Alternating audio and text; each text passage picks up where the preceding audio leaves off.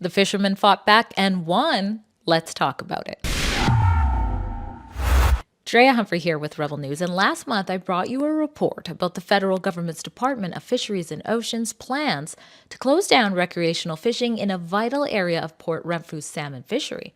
Such a closure would serve as a devastating blow to the Southwest Vancouver Island community, which relies heavily on tourism, including sport fishing.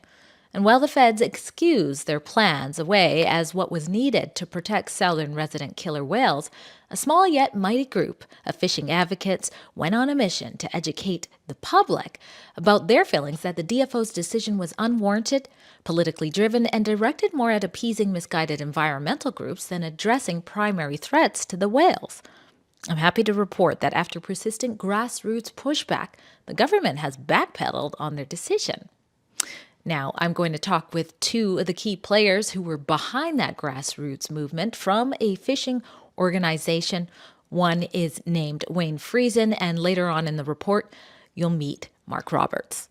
So the win essentially was the DFO elected to go with what they call option one, which was the status quo for the closure for Port Renfrew. And essentially remains the same as what it has, what they decided on last year as well. So for Port Renfrew specifically, that meant keeping Area 20 open, where we were very concerned about the proposed closure that they were going to have just outside of the bay for about a 5-mile stretch. And let's talk about that impact for a little bit. Tell everybody what kinds of things would have been affected in Port Renfrew.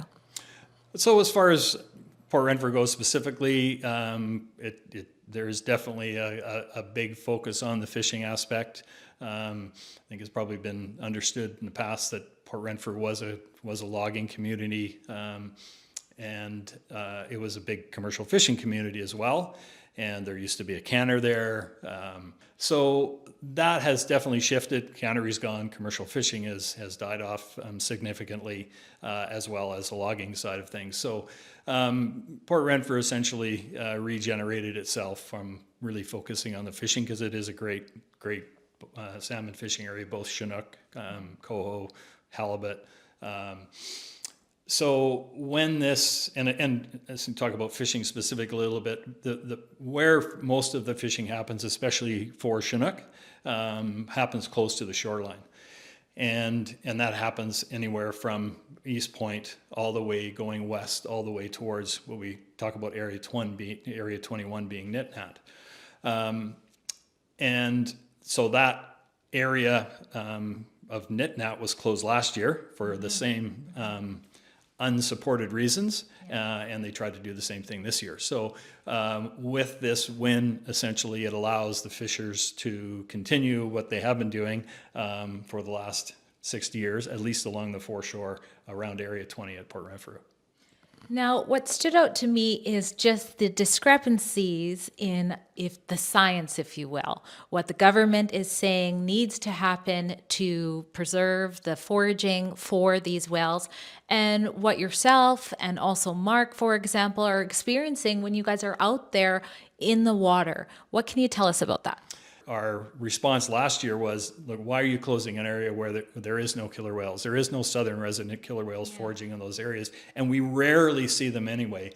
And even if we do see them, they're well offshore from where we're fishing. Mm-hmm.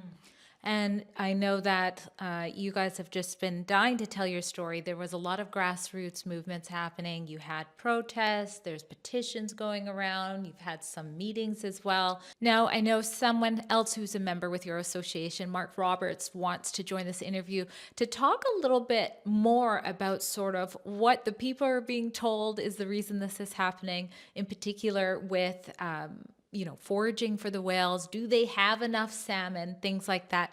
Let's hear what Mr. Roberts had to say. Let's get into the sea lion problem. And, they're stating the fact, and I think probably Wayne had maybe enlightened you on this, is where, they're stating that sea lions are in decline.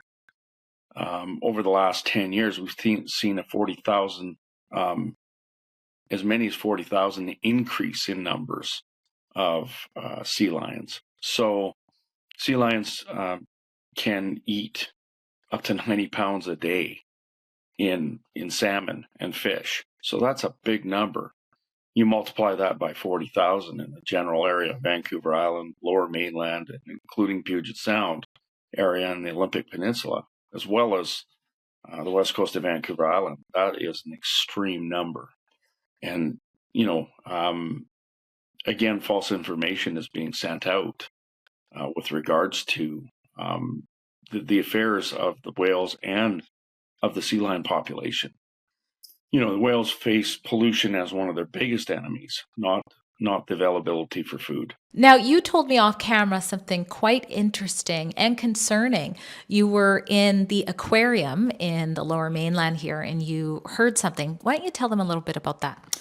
Yeah, so we had my grandkids out there on Sunday and did the tour of the Vancouver Aquarium, and we went to one of the displays, the stellar sea lion displays that was on, and the person that was presenting the information on the stellar sea lions noted a few things that were very concerning. One specifically was a statement that said, over the last 40 years, stellar sea lion population has decreased by 80%.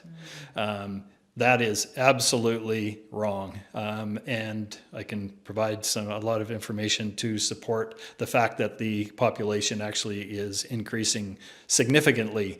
I have a feeling that information was probably taken from a point in time, maybe from 1960 to 2000, but since 1971, when they changed as far as became on the endangered list. Since then, the numbers have gone through the roof. So the Department of Fisheries is focusing on what you would consider, correct me if I'm wrong, to be outdated science that doesn't quite support the community members.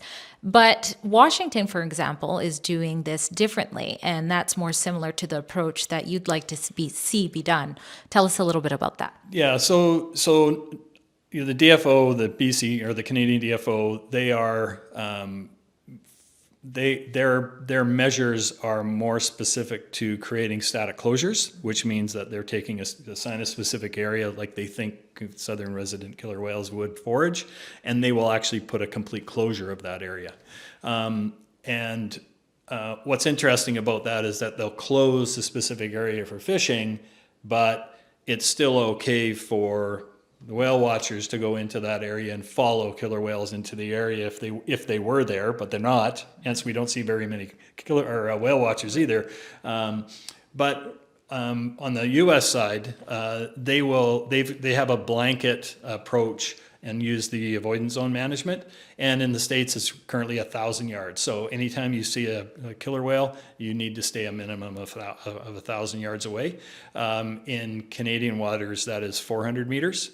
And I think that's a good idea. I mean, I think it should be further. 400 meters to me doesn't seem very far in the water, especially when we know how noise and sound travels in the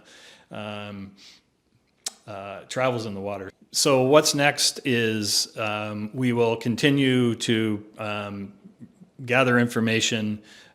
We still have not heard any word from the DFO with respect to further engagement and collaboration with the sports fishery.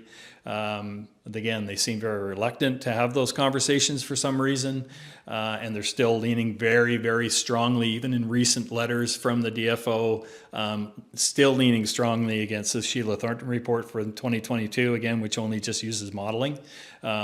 We're looking for other avenues to get more updated and even more accurate scientific information to support basically the observations that we see on the water that is contradictory to what the DFO is presenting. The Orca Behavior Institute is still a very good source of information. They're based out of the U.S. They may be a little bit slanted on some of their information as far as prey availability goes, but we also are working on trying to get that information out to the public much better than it has been, because there still is a very big gap in the accuracy and the understanding as far as salmon availability right now. The returns over the last 4 or 5 years have been increasing significantly. At Rebel News, we don't back down from bringing you the other side of the story, including when the everyday citizen fights back and gets a win.